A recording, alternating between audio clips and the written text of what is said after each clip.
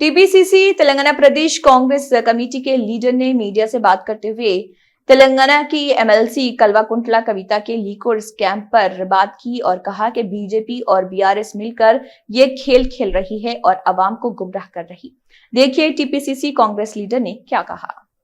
जो Delhi liquor scam, liquor files cinema चल रहा है, दिल्ली में कविता को बचाने का काम चल रहा है और बीजेपी ये लिकर स्कैम को सामने रखते हुए बीजेपी बीआरएस मिलके राजनीति का खेल खेल रही है और जितने भी स्कैम्स है सब डाइवर्ट करने का काम भी लगा लिए और कविता को नेशनल लीडर बनाने का काम भी कर रही है। एक ही बार एक ही निशाने से 4-5 गोलियां निकल रही है, 4-5 टारगेट खत्म करने का काम चल रहा है। क्योंकि दो चीज़ मैं बताना चाह रहा हूँ कि कविता जी बोली है छोटी फिश हूँ मैं, इस सिलसिले में बड़ा समुद्र का खेल है, ये सही है, वो तो छोटी फिश है।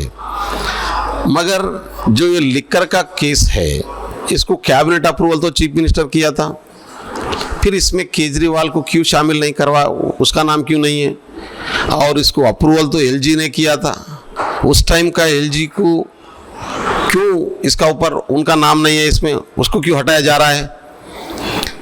क्योंकि बीजेपी एक तरफ टीआरएस बीआरएस से लड़ रही है, ये माहौल खड़ा करने का कोशिश चल रही है। अमित शाह यहाँ आके बोलता है केसीआर बहुत सारे स्कैम्स किया, मगर एक का ऊपर कार्रवाई क्यों नहीं होता। कालेश्वरम प्रोजेक्ट में स्कैम किया बोल के अमित शाह जी बोले, आपके हाथ में अधिकार है, आप एक सिग्नेचर करें तो कार्रवाई शुरू हो जाती। कालेश्वरम का ऊपर क्यों इंक्वायरी नहीं हो रहा। मिशन भगीरथ में बहुत सारे पैसे खाए बोल के बोले, कंप्लेंट भी दिए बहुत सारे एमपी, हमारे पीसीसी प्रेसिडेंट खुद कंप्लेंट किया, उसका ऊपर क्यों इंक्वायरी नहीं हो रही। मिशन काकतिया में विदाउट, पहले तो 5 लाख रुपये विदाउट टेंडर देते, मगर 50 लाख रुपये विदाउट टेंडर देके 25,000 करोड़ का कॉन्ट्रैक्ट देके आधा आधा लूट लिए, उसका ऊपर क्यों इंक्वायरी नहीं होता, क्यों छुपा के रखना चाह रहा, क्यों केसीआर को बचाना चाह रहा। आज तक 8 साल में जितने भी पार्लियामेंट में एक्ट पास हुए सब एक्ट में बीआरएस ने टीआरएस ने बीजेपी के साथ थी। नोटबंदी हुई देश में, एक ही चीफ मिनिस्टर सबसे पहले मोदी जी को समर्थन दिया था, वो चंद्रशेखर राव जी। नोटबंदी के टाइम पे सबसे पहले समर्थन दिया था, जीएसटी के टाइम पे सबसे से पहले समर्थन दिया था। जो भी कानून मोदी जी लाए 8 साल से सबके साथ टीआरएस खड़ी थी। मगर आज बीच में लड़ाई कहाँ से आ गई, और ये लड़ाई है जैसे माहौल पैदा करने का काम कौन सी नतीजे कर रहे। क्योंकि भारत जोड़ो यात्रा जब से निकली है इस देश में, बीजेपी की असलियत जो जनता के सामने आ रही है, आज बीजेपी आरएसएस मिलके नए नए षड्यंत्र का पैदाश कर रहे हैं। अमित शाह जी वो प्रेसिडेंट होके आरएसएस जो सपोर्ट से चल रही, सो बीजेपी राजस्थान में जो 5 साल पहले उनके ट्रेनिंग कैंप हुई थी उसमें क्या बोले थे, जो भी मुंह पे आओ वो बोलो, झूठ फैलाओ, ये खुद अमित शाह जी कहे थे। उनकी अंदर से बाहर रिपोर्ट आई थी, ये चल रही है, इसका तरीका है, यह इनका तरीका है। और एक हिंदू मुस्लिम का बंटवारा करना और जात के नाम पे बंटवारा करना, धर्म के नाम पे बंटवारा करना, जनता को उसके पीछे घूम रहा और लूट के उद्योगपतियों को मजबूत करना, ये बीजेपी का राजनीति का तरीका है।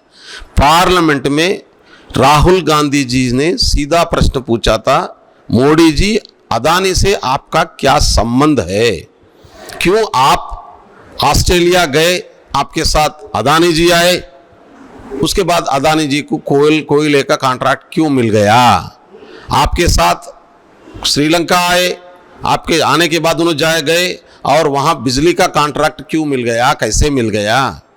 जहाँ जहाँ मोदी जी जाते हैं, पहले 2-3 साल से साथ में जाते थे, उसके बाद में जाना शुरू हो गया। एसबीआई का लोन का कॉन्ट्रैक्ट कैसे मिल गया अदानी जी को, ये सबको पता है।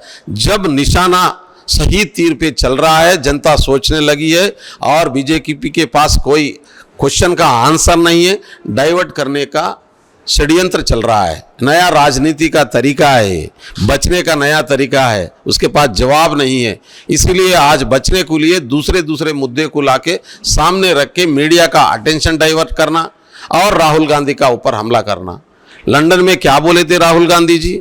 देश के खिलाफ बात किए थे। क्या बोले थे? पूछा कि भारत में संविधान का ऊपर अटैक हो रहा है और भारत में संविधान का लागू नहीं हो रहा है। ये सही बात है, पूरा दुनिया जानती है इसको, इसमें गलत क्या है। और ये सुधारने के लिए जो काम करना चाहिए हम खुद कर लेंगे, ये हमारा अंदर का मामला है। हम देश में लड़ लेंगे और बीजेपी को कैसे हराना है हमारी देश की जनता और कांग्रेस पार्टी को पता है, हम कर लेंगे। मगर भारत की संविधान खतरे में होने से, भारत की गणतंत्र खत्म होने से उसका असर पूरा विश्व में हो सकता है, नेचुरली है। जहां पे डेमोक्रेसी खत्म होगी तो उसका असर तो पूरा दुनिया पे हो रहेगी ना। इसलिए ये बात में कौन सी देशद्रोही की बात हो गई? खुद मोदी जी जाके चाइना में क्या बात किए थे? 17 साल से पूरा देश बर्बाद हो गया, आज पूरे इन्वेस्ट करने को आ रहे बोल के 17 साल की भारत की यहाँ का हमारा जो इंडिपेंडेंस को खत्म करने के बाद मोदी जी किया, उसका वैल्यू खत्म करने के बाद मोदी जी ने किया, हम नहीं किए। जहां जहां गए पूरा देश को 17 साल में कोई तरक्की नहीं हुई, पूरा देश खत्म हो गया। मोदी आने की बात ही भारत आगे बढ़ रहा बोल के मोदी जी खुद बोले थे, हम नहीं बोले थे। क्योंकि देश की गरिमा को कम करने के बाद, देश को संविधान को घटाने के बाद, देश को डेमोक्रेसी की खत्म करने के बाद, देश का इज्जत को बेइज्जत करने का बाद मोदी जी किया है, हम नहीं किया है। कांग्रेस कभी भी ऐसे नहीं करेगी, क्योंकि इस देश को हम बनाए हैं, संविधान हमला है, यहाँ पे डेमोक्रेसी को हमला है और डेमोक्रेसी बचाने का काम हम कर रहे हैं। इसलिए आज जो कविता के नाम पे जो चाणक्य नीति चल रही है, ये कोई यहाँ के ब्लैक मनी को बाहर लाने का काम नहीं है और ये लूटने वाले लूट को बाहर लाने का काम नहीं है। क्योंकि यहाँ जो पैसे निकले थे, ये पैसे सीधा गोवा में गए, कांग्रेस के खिलाफ बीजेपी को फायदा मिला। ये पैसे सीधा पंजाब को गए, यहाँ से वहाँ कांग्रेस को नुकसान हुआ, बीजेपी को फायदा मिला। बीजेपी को फायदा पहुंचाने का काम आप पार्टी एक तरफ से कर रही है नॉर्थ इंडिया में, साउथ इंडिया में आज बीआरएस कर रही है। ये काम मिले भगत काम चल रहा है इनका। ये कोई देश की जनता के लिए नहीं सोच रहे हैं और पब्लिक का पैसे बचाने का बात इसमें नहीं है। ये एक ही है, कांग्रेस को कैसे हराना और देश को कैसे लूटना, उद्योगपति को कैसे आगे बढ़ाना। आज देश की जनता जाग चुकी है और इनकी षड्यंत्री राजनीति की खत्म करेंगे। अगले चुनाव में तेलंगाना में कांग्रेस सरकार बना के रहेगी।